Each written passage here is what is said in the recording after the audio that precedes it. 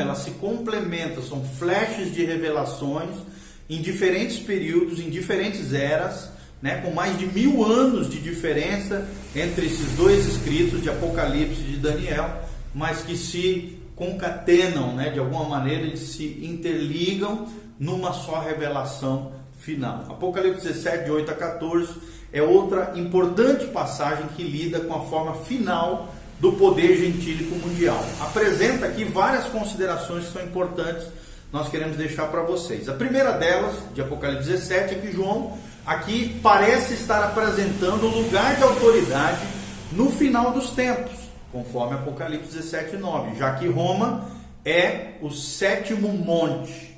E é interessante que Roma foi construído sobre 7 montes. Segundo destaque que nós damos é que a forma final do poder gentílico mundial reside no indivíduo chamado o 8º rei, que chega ao poder sobre esse reino governado pelos 7 anteriores, conforme relatado em Apocalipse 17, 10 e 11. Ou seja, esse 8º reino, né, é interpretado de várias maneiras. Existe a teoria, por exemplo, de Scott, um grande teólogo, erudito também da palavra de Deus. Ele descreve o seguinte, e nos faz pensar que as 7 cabeças, dizendo ele, na besta, representam 7 formas sucessivas de governo, desde o surgimento do 4º Império Universal até o seu fim. Caíram já 5. Esses são reis, cônsules, ditadores, decênveros e tribunos militares. Um existe, e essa é a 6ª forma, ou a forma imperial do governo estabelecido por Júlio César, na Roma Antiga, sobre a qual João foi banido para a ilha de Patmos, no reinado de Domiciano, do imperador Domiciano. As formas anteriores de autoridade haviam cessado até então. O outro ainda não chegou, é o que diz a Bíblia, nesse trecho da palavra de Deus. Assim, entre a dissolução do império e seu futuro reaparecimento diabólico, passaram-se vários séculos. E essa é a 7ª cabeça, ou seja, o surgimento do império caído, Império Romano, sob novas condições, conforme apresentado em Apocalipse 13, 1. E quando a Bíblia descreve, e a besta que era e não é, e também é ele, o 8º rei, e procede dos 7, né? Aqui é uma referência à gigantesca confederação de Roma, que é vista aqui nas suas características essenciais como imutável, ou seja, ele é o 8º. Quem diz isso é o Walter Scott, na sua obra Exposition of the Revelation of Jesus Christ, ou Exposição da Revelação de Jesus Cristo, traduzindo para o português o título da sua obra, de Walter Scott. Pensando um pouquinho no que diz Scott, né, refletindo um pouquinho sobre isso, nós falamos aqui que assim são vistas aqui as diferentes formas de governo. Uma segunda teoria, que também é importante a gente entender, compreender, é a de que se trata de 7 imperadores históricos romanos, 5 dos quais já teriam morrido, um sob quem João viveu, e um ainda que virá, o anticristo, de cuja linhagem o 8º, a besta, o anticristo, procederá. É o que afirma William Newell na sua obra The Revelation, traduzindo seria a revelação ou o Apocalipse, né? Em outras palavras. Uma terceira teoria também surge, também é importante a gente saber, aprender, é a de que esses 8 reinos aqui, chifres, né, coisa e tal, reis, representam os 8 impérios que lidaram com Israel, todos os quais culminaram na besta. Quem afirma isso é um teólogo chamado Aldridge, que descreve o seguinte, ele diz assim, Aldridge, quer dizer 7 grandes reinos. Acredita-se então que João se volta aqui para o período anterior à profecia de Daniel e inclui todos os grandes impérios que se levantaram contra o povo de Deus, o povo de Israel. Os 5 reinos que caíram seriam o Egito, a Síria, a Babilônia, a Pérsia e a Grécia. O 6º reino em Apocalipse é o Império Romano. Isso significa que o 7º, com a 8ª cabeça a ele associado, é apenas outra forma ou um estágio daquele império modificado, transformado numa confederação de nações. É o que diz Roy L. Aldridge na sua obra Facts and Theories of Prophecy, ou Fatos e Teorias das Profecias. tá bom? Então, seja qual for a teoria aqui adotada por você, te deixo livre para escolher qual você quiser, você que está me ouvindo, por isso que a gente gosta de trazer todas as perspectivas, para que você que está me ouvindo possa fazer a sua avaliação, a sua escolha, a sua perspectiva escatológica. Seja qual for a teoria adotada aqui, ficará evidente que o governador final é o herdeiro de toda a autoridade gentílica anterior, ou seja, o anticristo. Nele, o poder gentílico mundial chega ao seu apogeu, ao seu auge. Outro destaque que nós damos é que haverá, então, uma federação de 10 reis separados, que colocarão seus reinos sob a autoridade desse cabeça do império, o anticristo, conforme Apocalipse 17, 12. Outro destaque que nós damos é que o império não é construído pela força, mas pelo consentimento mútuo, conforme Apocalipse 17, 13. Nós vemos tudo isso aqui. E outro destaque que nós damos é que a história desse quarto império mundial é apresentada em Apocalipse 17, 8, quando a Bíblia Sagrada diz aqui que a besta que viste era e não é, e está para emergir do abismo e caminha para a destruição. A palavra aqui, era, né? O termo era, na palavra de Deus aqui, descreve o império no período da sua impotência. E quando a Bíblia diz, o termo aqui é, está para emergir do abismo, indica a forma vindoura do império. E quando a Bíblia diz, caminha para a destruição, retrata então a destruição futura desse império do anticristo, quando Cristo voltar no segundo advento, a vinda visível, quando ele voltará com os anjos, com a sua noiva, a igreja do Senhor Jesus em glória, no final da tribulação, na grande batalha do Armagedon, para a implantação do seu reino milenial. O sexto destaque que nós damos é que o principal objeto do ódio, da forma final desse poder gentílico mundial, o governo do anticristo, é a pessoa bendita de Jesus Cristo. Porque a Bíblia diz, no final desse período tribulacional, eles pelejarão, eles contra o Cordeiro, conforme Apocalipse 17, 14. Ou seja, a impiedade dos poderes mundiais que buscam um domínio mundial manifesta-se no ódio contra aquele, Cristo aqui, a quem todo domínio foi dado, conforme nos afirma as Escrituras em Filipenses 2, 9, Filipenses 2, 10 e Apocalipse 19, 16. Ok? E para nós finalizarmos, nós vamos falar sobre as fronteiras da forma final do Império Romano. As fronteiras, como é que vão ser as fronteiras dessa forma final do Império Romano? Então acredita-se aqui que os últimos estágios desse Império Romano, que foi reavivado, renascido, coincidiram geograficamente com as fronteiras do Império Romano no seu estado antigo. Isso se fundamenta, então, numa teoria de que o Império Romano chegou à sua forma de 10 dedos, 10 chifres, na época da queda de Roma, em 476 d.C.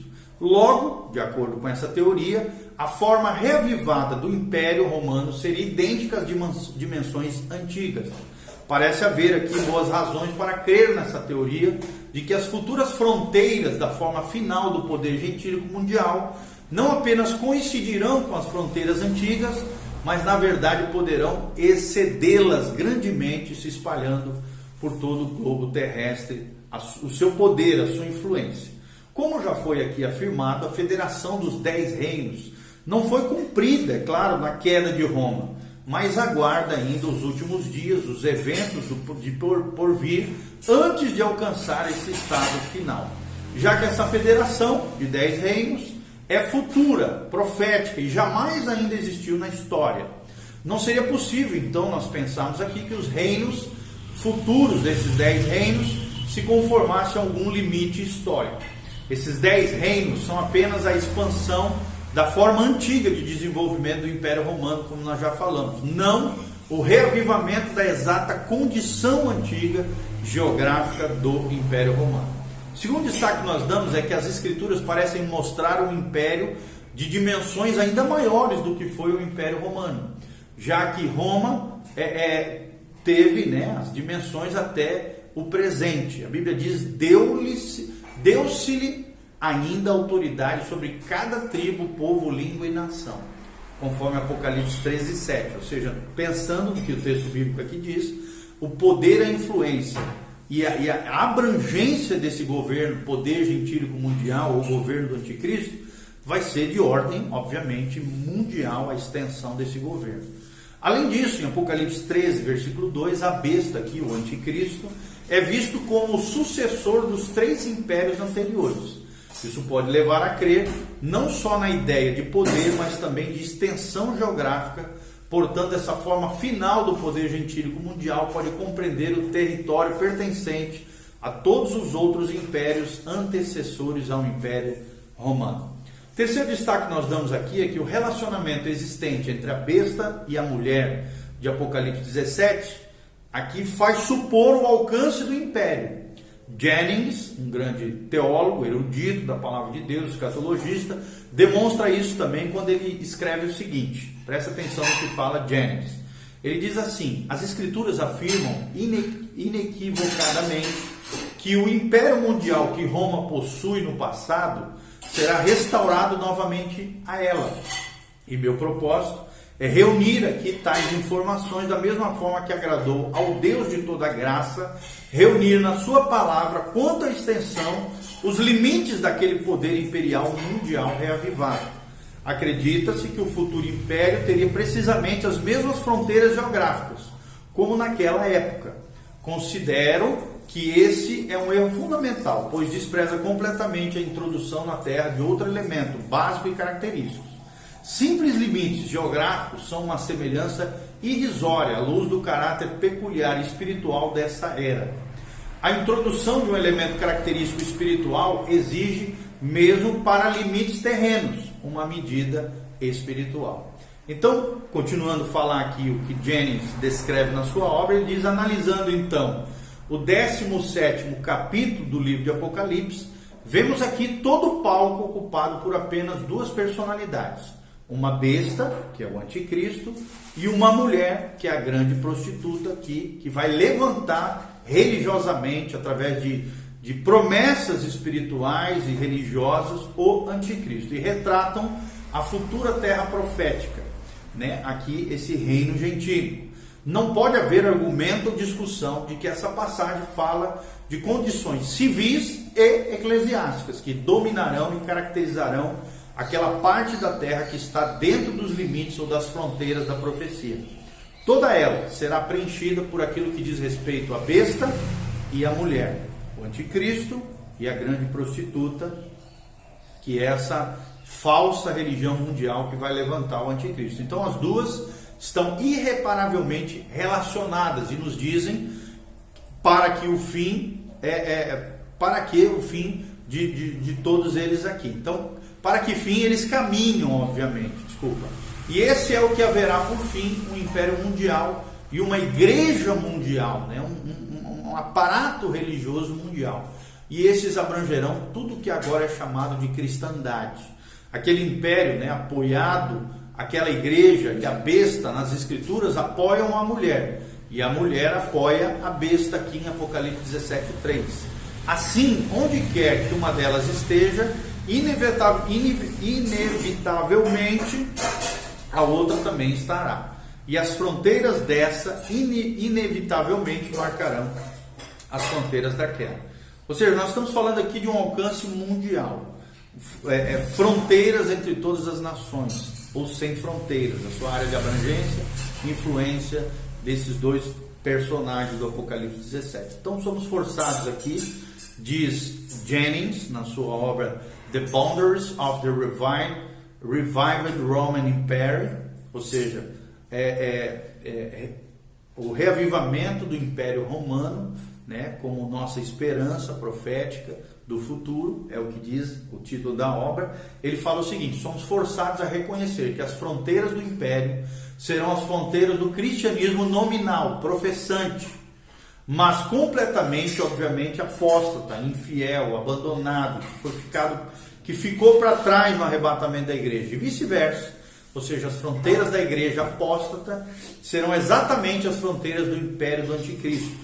Com isso assegurado e claro, conclui-se sem qualquer dúvida que o Império Romano reavivado compreenderá todos os países, por todo lugar, em que haja qualquer vestígio do cristianismo infiel, apóstata, maligno, e logo incluirá também a América do Norte, América do Sul e os demais nações da terra, onde essa falsa religiosidade exerce a sua influência mundial.